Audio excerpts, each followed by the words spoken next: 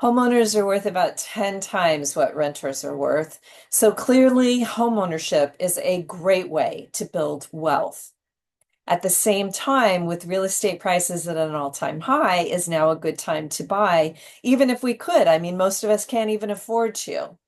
I'm going to be discussing all this and more, including where home prices might be headed this year and next year, with the senior economist of the National Association of Realtors. Her name is Nadia Evangelou. So we'll be getting started shortly, but I do want to remind everybody that this is an equation we definitely want to get right. Buying high is rarely a good idea. Just ask the 20 million homeowners who lost a home before, during, and after the Great Recession. So, as another reminder, I am going to be hosting a real estate masterclass. That's going to be June 14th. Early bird pricing ends May 15th.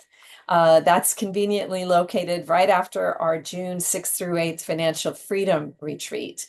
So these are the life math that we all should have received in high school. There are real estate and housing solutions that not only can start building wealth, they can actually save thousands of dollars annually right now. It's a game changer. This is life transformational. It's how I started my business, was fixing the budgeting, mainly housing.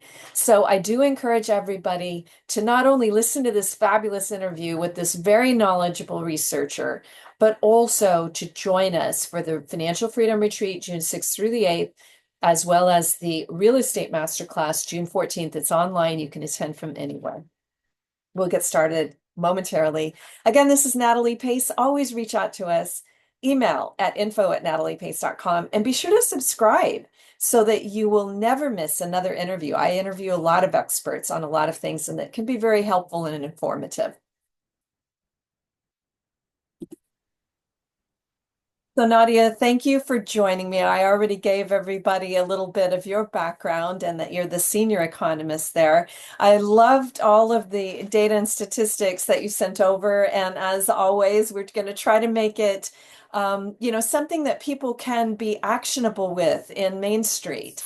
So I want to start with market conditions because it seems like it's a really tight market. Those people that have a home, especially if they have a low mortgage rate, they're hanging on, maybe even when they would be wanting to downsize at this point in their life. So let's talk a little bit about what's going on out there, and then we'll talk about ways that people can, figure out a few things.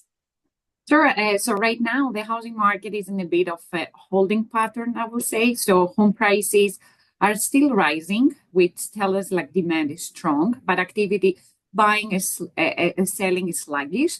That's because affordability remains a major challenge. Mortgage rates have been holding like steady between 6.5 to 7%, and that puts a real strain on monthly budgets, like for many buyers. But the good news is that we are seeing more homes for sale. So inventory is up nearly 20% from last year, which also translates to more options for home buyers. Right. But it's still not enough, unfortunately, to meet the demand, especially in the price ranges where most Main Street like buyers are shopping. So even with more listings, the market still feels like tight. We hope, and what I wanted to mention, as you mentioned as well, about the interest rates and the lock-in effect. So the lock-in effect, we have started like to see to lose some of its grip. So for a while, the ultra low like mortgage rates created what it's called mortgage rates in inertia. People didn't want to move or refinance because they didn't want higher payments, of course. So, but life doesn't stay still. So this is what we see. People get married, they have kids, they relocate for jobs, they downsize, they retire. And at a certain point, the decision to move become about life stage, not just the interest rate. Right. So we are starting to see more homeowners say, yes, I'm giving up a 3% mortgage, but I need a different home. So they accept the higher rate and move on. And in some cases, people are selling high and buying like smaller, which keeps their monthly payment like manageable despite the rate difference. So while the lock-in effect is still out there. It's real. It's not permanent, I will say. And over time, as rates stabilize or decline further, we expect mortgage rates to decline further and average about like 6.4% for 2025. I expect to fade even further, the lock-in effect, and mobility to return to more normal like levels that we want to One see. area that I'm seeing too, which I find interesting, it looks like families are coming together to try to solve this, both the mortgage rate problem, the Mhm. affordability problem, and that is this increase in intergenerational housing. Let's talk a little bit about that. And I mean, it looks to me like this is the highest it's been since maybe the Great Depression. Do you have any statistics on that? Indeed, we have a report and it shows that trend. So we have like more generational homes and increase of the generational homes since they try to manage like these affordability issues. And we always see that buyers, like people, are getting like very smart. They find like ways how to manage and face the affordability challenge. And it's great to see that more of them, even though they have to be like to stay with their parents, for example, or like to have grandparents as well. They manage and they're able to be homeowners and build wealth. So that's great to see. Well, yeah, and I think, I did mention this in my introduction is that, look, homeowners, according to the most recent financial news from the Federal Reserve, they're worth about 10 times that of renters. So this is a great way to build long-term wealth. But at the same time, should people worry about buying high? Do you want to talk a little bit about maybe what people should be considering? Because we did see, in fact, it was something published by the National Association of Realtors that there was actually a very high buyer's remorse rate in the past few years. So, are there ways that people should be thinking about long-term home ownership tools? Some certain things, like for instance, that buyer's remorse thing had to do with people not properly understanding maintenance issues of their home, both the cost in time and money, right? So, are there any just tips that you want to offer Main Street? I mean, I think intergenerational housing is an interesting thing to think about, keeping the money in the family, stop making the landlord rich, build wealth, all this. But what other tips do you have for especially first-time buyers that they should be thinking about so that they don't have buyer's remorse next year? Indeed. So what I will say that they have to be careful so they don't stretch and buy something above their comfort zone because this can happen sometimes and really depends on individuals like finances. Like buying above your comfort zone may work if your income like is rising or you're expecting like stability, for example. But buying more than you can comfortably afford, I wouldn't recommend, especially in today's like high rate environment, elevated mortgage rate environment, can leave you like feel squeezed every month. It's not just about qualifying for a loan; it's about living with it. So my advice will be run the numbers honestly, like budget, not just for the mortgage, but also for maintenance, like Yeah. insurance and property taxes. Like owning should feel empowering and not overwhelming. So some ways, what advice I will like give to people navigating this high housing cost. The biggest thing is to focus on what you can control. So while you cannot control, definitely you cannot control and you cannot change mortgage rates or prices, you can just adjust like your search area, for example, consider smaller homes or like not the single family home, but a condo, for example, since there are like, we see some opportunities in the condo market and really think about long-term value. So not just the monthly payment, also they should look at the full financial like picture. Owning a home may feel expensive upfront, but it offers like long-term benefits like building equity and protecting like against rent increases. That's I will say that if you're financially ready, homeownership is still the most reliable like way to build wealth over time. And the data shows that, for example, in the last 5 years, homeowners were able to accumulate more than $150,000, like in home equity is about like $160,000. So it's the main way to build wealth. And I think everybody knows, especially renters, they know that, first-time home buyers. So that's the reason we see that the desire is out there. However, for some of them, it doesn't work, not yet. But with more inventory, I think, and from a recent report is that we see that there are like more options for middle income buyers. However, we are still very far away from a balanced market, but there are some improvements. These like middle income buyers are the income level that they have experienced then the largest improvement. So that's great, but we need even like more housing, like affordable housing for that specific income group. Okay, so we're going to talk about prices in a moment, but I think also we should mention there are other benefits to being a homeowner. I mean, you can have that mortgage interest deduction. Do you want to mention some of the, I mean, I think that also don't underestimate insurance because, we have seen, I live in California, I live in Santa Monica, right by Pacific Palisades. So, we are seeing rises in insurance costs. So I really love that you highlighted that as well. Like really understand what it's going to cost to own in the area you're looking at. And you shouldn't just rely on your broker salesman to give you all that statistics as well. I think you should do a little research yourself. But let's talk also about prices because, you're saying, look, it's been a really supply constrained market that's been pushing the prices up. We've got a little more supply coming on. Do you think that prices are going to continue going up in 2025 and 2026? And we did see that 50% rise since 2019. That's almost, it's above 9% annualized. That's pretty high for real estate gains. Are you seeing that kind of gains apace in 2025 and 2026?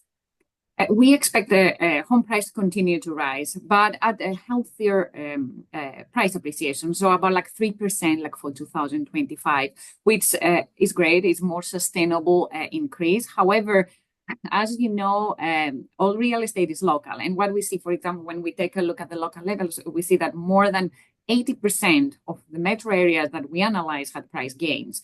And in some areas, prices continue to grow very fast in double digits. And many of them are, of these areas are located in the New York like state. So for example, home price increase about 18% in Syracuse, New York, about 12% in Long Island, and 11% like Rochester. Then San Jose, for example, in California, home prices increased about 10%. So very, very fast. And as a result, since like San Jose is the most expensive metro area, consequently, the home prices surpassed the benchmark of the $2 million. So now the typical home in San Jose is like above the $2 million dollars. So, the main reason for that we know is like supply. So as I mentioned, we see inventory of homes for sale increasing, but more homes alone cannot fix the affordability crisis, like not unless they are priced right. And all these high cost areas, such as like New York, as I mentioned, San Jose, Los Angeles, Boston, Miami, have also the largest supply shortages. But it's worth noting that there is some improvement in some of these areas already. So, for example, San Francisco is interesting. After our analysis, based on the analysis, we see that San Francisco has more affordable listings than pre-pandemic, even though the access is very, very limited. We understand that, but there is an improvement, and this is remarkable, even though the access, like the area, remains so limited. But that kind of progress matters. So it tells us that with the right mix of new construction, the market shifts, and local policy efforts, even some of the most challenging like markets can start to bend toward like balance or like improvement. So even high cost areas are making real progress while the housing market remains far from balanced. Current for sale home listings like better aligned with home buyers' incomes compared to pre-pandemic. And this is a clear reminder, I will say, that that improvement is possible even in these like high cost areas. Yeah, yeah. Okay, so let's talk a little bit about the demographic shift because I was looking at the data, thank you for sending it to me, that you were showing that millennials used to be the biggest cohort a few years ago, and that has dropped. And I'm assuming that this may have a correlation with more cash buyers in the boomers market. But can you talk a little bit about why you think that millennials are pulling back a little bit, or have dropped off as being the biggest cohort? So indeed, I think it's a mix. It's both the that we have, and we see that about like 26% of the buyers are cash buyers, and baby boomers are the wealthiest generation among any other like generation. So they use this equity that they have built in the last like decade or like more than a decade that they own their property, and they use it, and they're able um, uh, to be like in front of like everybody, the other like the generations. So, however, we see millennials and Gen Z fitting like into today's market. They are buying, uh, Right. but it's not easy. So, according to our report, millennials, especially. So millennials made up about like 30% of all home buyers, and this is unfortunately this is a decrease from 38%. Just to give you like a comparison as well from the previous year. So that tells us that there are significantly fewer millennials out there in the market than while Gen Z is just starting like to enter the market, making up less than 5%. We see they're over there, but they're like only like 3% specifically of the home buyers. In contrast, just to give you a figure, we see that baby boomers account for 42% of all buyers, which represent the largest group like of buyers. Right.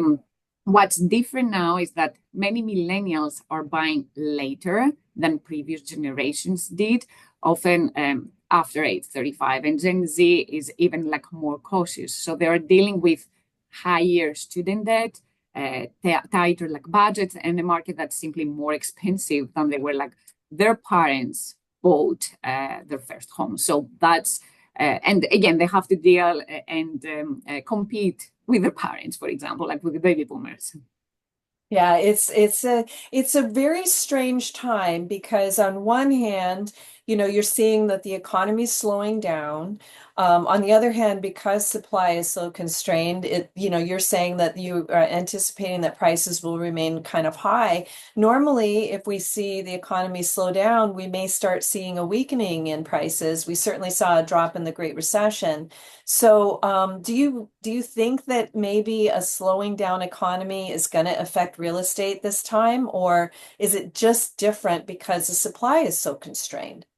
It's totally different than back in 2008, for example. So, because uh, first of all, we see that we don't have so much supply. Back then, we had oversupply. We had like more homes than what we needed, for example. So we had like a lot of supply there, and that was the main reason that made like home prices like to decrease. But no, we don't expect, even though in the possibility to have like further like weakening like in the economy. I don't expect no any price drops, and the main reason is that even with fewer buyers out there, still the supply is not enough.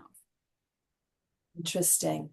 Well, do you have any final comments or any projections that we should all be aware of, or any tips for Main Street?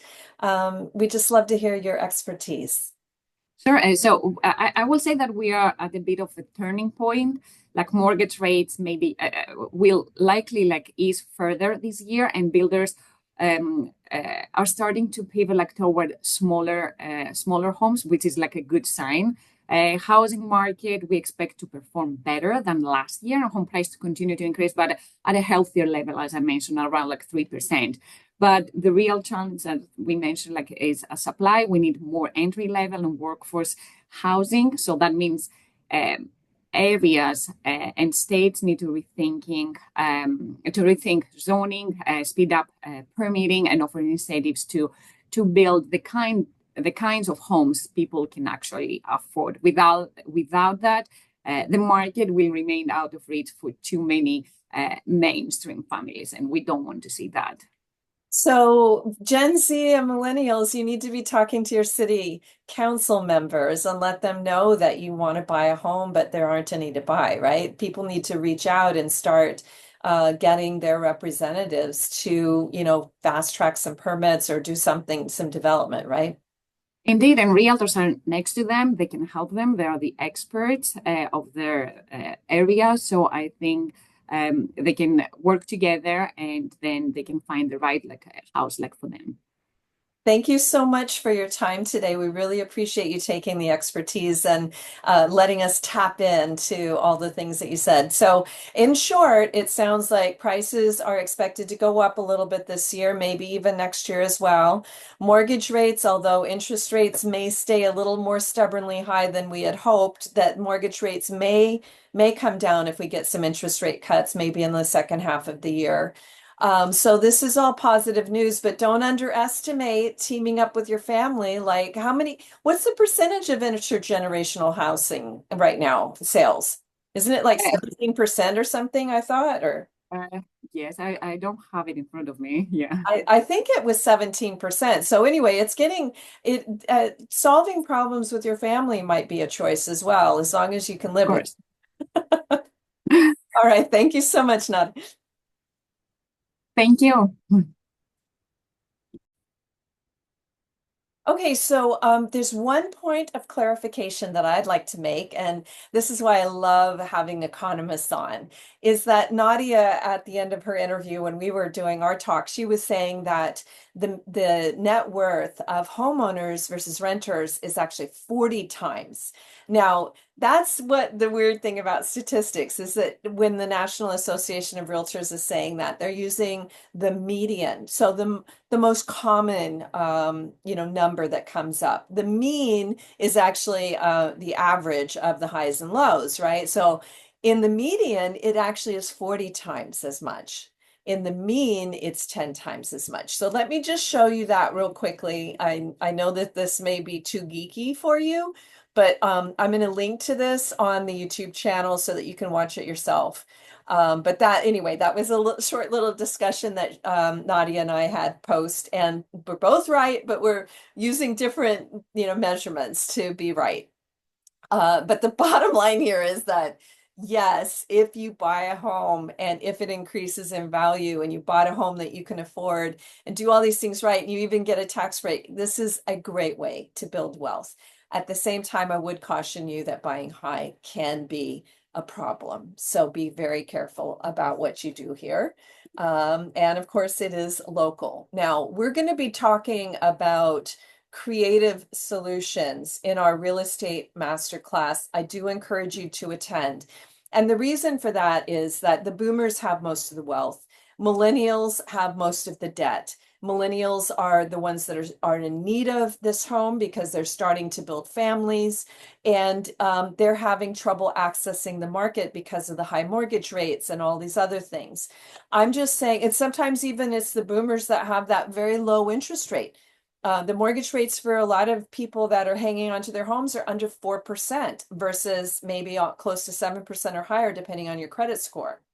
So the solutions can be in the family.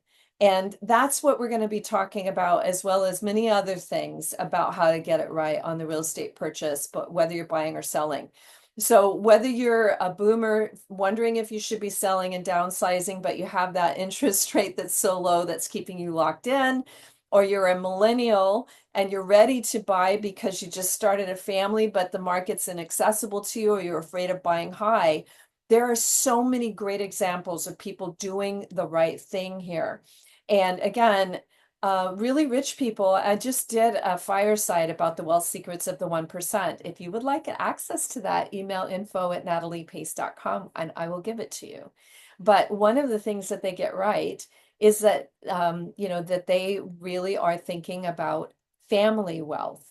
And every time somebody of your family is paying rent, they're making other people outside the family, landlords, banks, etc., rich at your own expense, at the family's expense.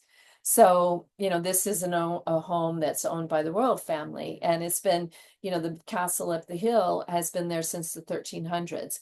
It's a way to keep and retain wealth.